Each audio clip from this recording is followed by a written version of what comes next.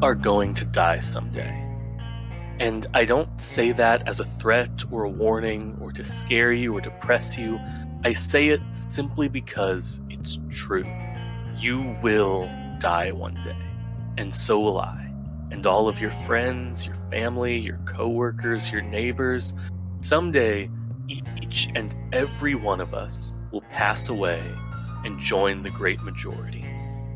And that's uncomfortable to talk about. A lot of people would rather go through their lives assuming that that day will never come, live a lovely lie rather than accept the reality of our own mortality. Why are we so quick to brush it away? Why do we want to pull the wool over our own eyes rather than accept our inevitable deaths? That's what we're talking about today. And fair warning, it's a heavy and emotional topic, but I promise you that there is a happy ending to it. Welcome to Singularity. If you haven't seen Over the Garden Wall, first, you absolutely should. It's an amazing story with likable characters, gorgeous animation, touching emotional moments, and some genuinely unnerving scares. It's less than 2 hours to watch all the way through and is well worth your time. So go ahead and check it out. I'll wait. You back? Good. Well, for those of you who still haven't watched it, or it's just been a while and you need a reminder, Over the Garden Wall is the story of two brothers, Wirt and Greg, who find themselves lost in a dense, sprawling forest called the Unknown. They wander from place to place with the help of a friendly, talking bluebird named Beatrice, trying to find their way home. It's revealed in episode 9 that despite everyone else in the Unknown seeming to be from the 1890s or older, Wirt and Greg are actually from the modern day and found their way into the Unknown after accidentally falling into a freezing lake. One of the first things that you might notice is that this is a darker story than you'd usually expect from a children's cartoon. Despite the simplified art style and the bright colors, this is, at its core, a story about two brothers who are slowly freezing to death as they sink to the bottom of a lake. They're eventually saved, but if you look at the changing landscape of the Unknown over the course of the series, it's clear that it was almost too late. Not only is the slow transition into winter a clever way to show what's happening in the real world, but it also functions as a powerful metaphor. For centuries, the changing of seasons has been seen as a symbol for the cycle of life and death.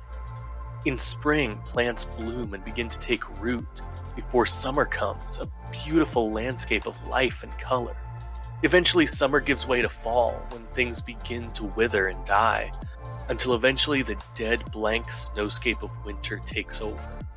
We meet Wirt and Greg in fall, on the cusp of winter. But this changing of seasons isn't the only overt reference to death in Over the Garden Wall. In fact, it's in almost every episode. Pottsfield is a reference to Potter's Fields, graveyards for the unknown or unclaimed.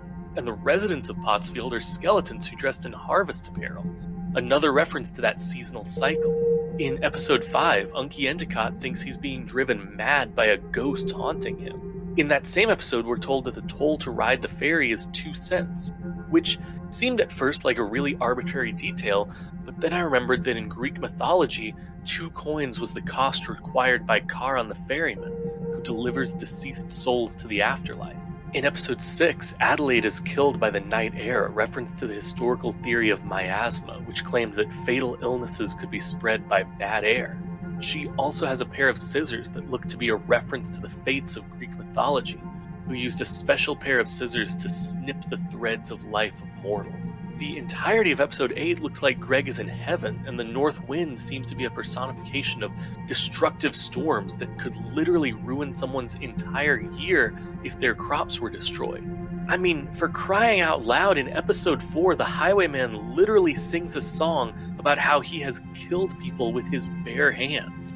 It is not subtle, and this is all just the tip of the iceberg. Grist mills, old black trains, spider imagery, and peacock plumage all constantly call back to death, reminding us in subtle and not so subtle ways of our own mortality. I could keep going, but other channels have done a good job of pointing out all the death imagery in the show, and besides, that's really not the point. Because there's a second huge recurring theme that I don't see a lot of people talking about: inversion. Specifically, the fact that just about every character in this entire show is not who they first appear to be. In episode 1, the woodsman and the dog both seem to be villains but turn out to be benevolent. The people of Pottsfield act incredibly suspicious but are actually pretty harmless. That no-good Jimmy Brown didn't actually run away, and the loose gorilla wasn't actually a threat. Even Miss Langtry's dad seems to be this large, imposing figure, but when he takes his coat off, we see the truth. Fred the Horse, Quincy Endicott, Adelaide, Auntie Whispers, Jason Funderburker, even Beatrice has a reveal moment. Actually, two, when we find out she used to be human, and when we find out that her intentions with the boys weren't as kind as we thought. In fact, in episode 9, we find out that the real-world sections of the show are taking place on Halloween night. A night when we literally wear masks and costumes to obscure our identities, putting forward a false face, pretending to be someone that we're not. But there's one episode that really hammers this theme home. It's the episode that convinced me that this is something deeper, worth looking into. Episode 3, Schooltown Folly. This episode has always stood out to me. It's one of the goofier ones and has no real connections to anything else that happens in the series, but it's also the only episode that really doesn't have any death symbolism going on. Believe me, I've looked. The closest thing I could find was in the song Langtry's Lament. Miss Langtry sings about being given an apple that has a worm inside.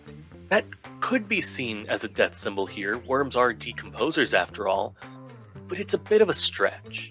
However, do you know what this episode does have in spades? The inversion trope.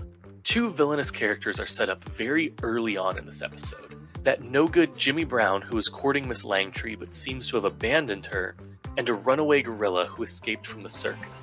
But we find out by the end of the episode that not only are these characters one and the same, Jimmy is actually just stuck in the gorilla costume, but he's also not an antagonist at all. He didn't run away because he didn't want to be with Miss Langtry. He ran away to buy her a wedding ring. What we've been told about this character the entire episode, his selfishness, his villainousness, the threat of the gorilla, turns out to be completely false. Time and time again in Over the Garden Wall, we're being told not to trust our first impressions. Seemingly villainous characters can turn out to be entirely harmless or even outright good guys if we look past their scary stature or seemingly threatening actions. But why? What is this recurring motif trying to tell us? Well, in a show that has symbols of death around every corner and a major message to not judge a book by its cover, my mind goes to the Grim Reaper. Have you ever wondered why the Grim Reaper is depicted with a scythe? I mean, he's the embodiment of death. Why not give him a sword or an executioner's axe or a noose? I mean, a scythe isn't really a weapon, or at least it's not a good one. It's a farming tool. It's not used to kill, it's used to harvest. Well, that's because the ancients who popularized this image of death didn't see him as a villain. A farmer doesn't hate his crops. A butcher doesn't hate his livestock. It's a cycle, like the seasons. Death isn't an enemy, it's an eventuality. And this isn't a sentiment unique to the Grim Reaper. In Norse mythology, it was well accepted that you were going to die. The bigger question was how. If you die honorably, such as in battle or in childbirth, you'd be rewarded in the halls of Valhalla. It was considered an honor to be killed by a worthy warrior. The goddess of death, Hel, wasn't considered evil or cruel. It was her job to care for those who had died of sickness or old age. Or consider Hades from Greek mythology, the god of the underworld. He didn't choose to rule there because he was vicious or bloodthirsty. He ruled it because his brothers had already claimed the sky and the sea, and someone had to do the job. His wife, Persephone, tells us everything we need to know about who Hades is. She's the goddess of seeds and blooms, of beginnings, representing the cycle of life and death alongside her beloved husband. Hades is never shown to be sadistic. He's doing a job. And this more benevolent depiction of death is a global phenomenon. In Mesoamerican cultures, death is personified as a gentle woman who cares for the deceased. In Japan, Izanami is a reluctant death deity who was once the wife of Izanagi and the first woman to ever live. She was a maternal figure, the mother of Raijin and Fujin. In Hindu scriptures, the Lord of Death, King Yama, is also the Lord of Karma and Justice, as responsible for rebirth as he is for death. One of my personal favorites is the Ankou of Breton folklore, a death omen who takes the appearance of the last person in the community to die, possibly to welcome the newly deceased with a familiar face and ensure that they're not scared. Even the Bible sometimes shows this more gentle side of death. Ecclesiastes says that there's a time for everything, death included, and Job talks about greeting his death like an old friend. Across the world, we see this theme of death not as a villain or a monster, but a benevolent entity. Sometimes he's outright kind. Sometimes she's just doing her job. Ancient cultures just didn't seem to be as afraid of death as we are today. But when you think about it, why should they be? We've made some amazing progress in science and medicine over the past couple of centuries. Childbirth is no longer the leading cause of death for women. The average age of death has gone up by literal decades. We've cured hundreds of previously incurable or entirely unknown illnesses. Most people living today can honestly say that they've never watched someone die. That's a sentiment that can't be shared by most people who lived 100, 200, 500, 1,000 years ago. We're living in a virtual golden age, where for most of us, death is more of an afterthought than an inevitability. We've been able to push him to the sides of our civilization, never really having to fear him because we never really give him any thought. Death anxiety is a normal thing. Most of us feel a little discomfort or tension when we think about the fact that a day will come when we just don't exist anymore. Maybe you fall into denial and try not to think about it. Maybe it throws you into an existential crisis to consider the skeletal hand of the Grim Reaper reaching out for you. Maybe contemplating the end of your own life induces uncontrollable panic attacks. That's all normal, but it's not healthy, or at least it can become unhealthy. Irvin Yalom is an American psychiatrist who has written extensively about death anxiety and its inverse, what he calls death acceptance, the ability to recognize our mortality, to know that we're going to die, and to be comfortable with it, to move on. Death anxiety can have some serious negative side effects: depression, mood dysregulation, lowered quality of life, low ambitions, poor social connections, panic attacks. After all, why bother trying to live your life to the fullest when you know that it's gonna end? Well, Over the Garden Wall has something to say about that too. No discussion of Over the Garden Wall is complete without talking about the main antagonist of the series, the Beast. A lanky, lurking figure whose soul is trapped in a lantern and pushes the woodsman and later worked to keep the lantern burning, lying about who's really inside of it and using the Edelwood trees of the forest, which they don't realize are actually former wanderers in the unknown, to light the flame. This line from episode 1 wraps it up perfectly. He is the death of hope. The Beast is meant to represent the fear of death. He manipulates the woodsman by claiming to have his daughter's soul trapped in the lantern, urging him to never let it burn out, never let her die. He manipulates the woodsman's death anxiety to control his entire life. How much time did the woodsman spend grinding the Edelwood? How much of his life did he give up clinging to that last fleeting moment of his daughter's? Would she have wanted this for him? And notice how the Beast is never able to corrupt Greg. He's too optimistic. The Beast tries to wear him down by giving him seemingly impossible tasks, taking away his hope, his joy. A show about death, telling us to reconsider our first impressions. Death isn't the enemy in Over the Garden Wall. The fear of death is. And that's the exact point that Yalom makes. A Matter of Life and Death is one of the most emotional books I've ever read.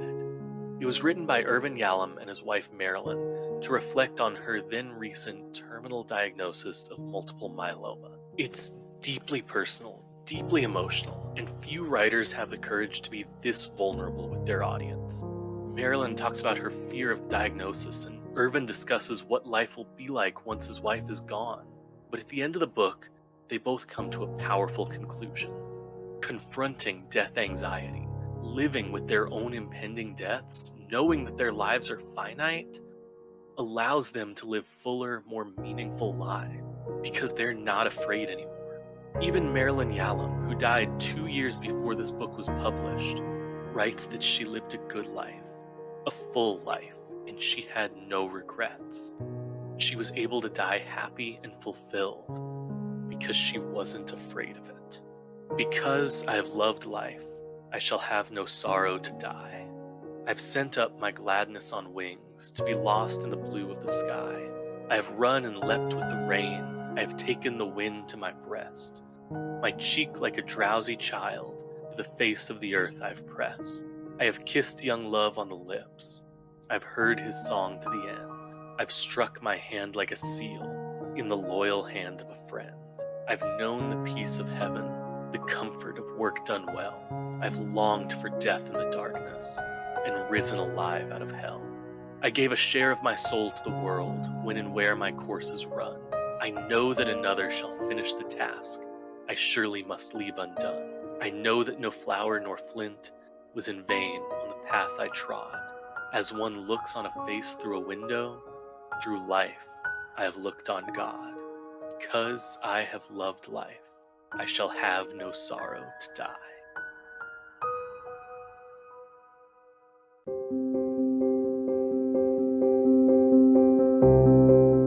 You are going to die someday. So am I. So is everyone that you know. One day, each and every one of us will join the great majority. Someday the earth will end. Someday the sun will burn out in a beautiful supernova of light and death and destruction. Someday the entire universe will grind to a halt. Entropy will claim its final victory, and everything, and I do mean everything, will freeze over. Then, death will put the chairs on the table, turn out the lights, and lock the door on creation behind her. And that's okay. A story isn't sad just because it ends. Every story ends. But they're still worth telling. This is Singularity, and remember to stay curious.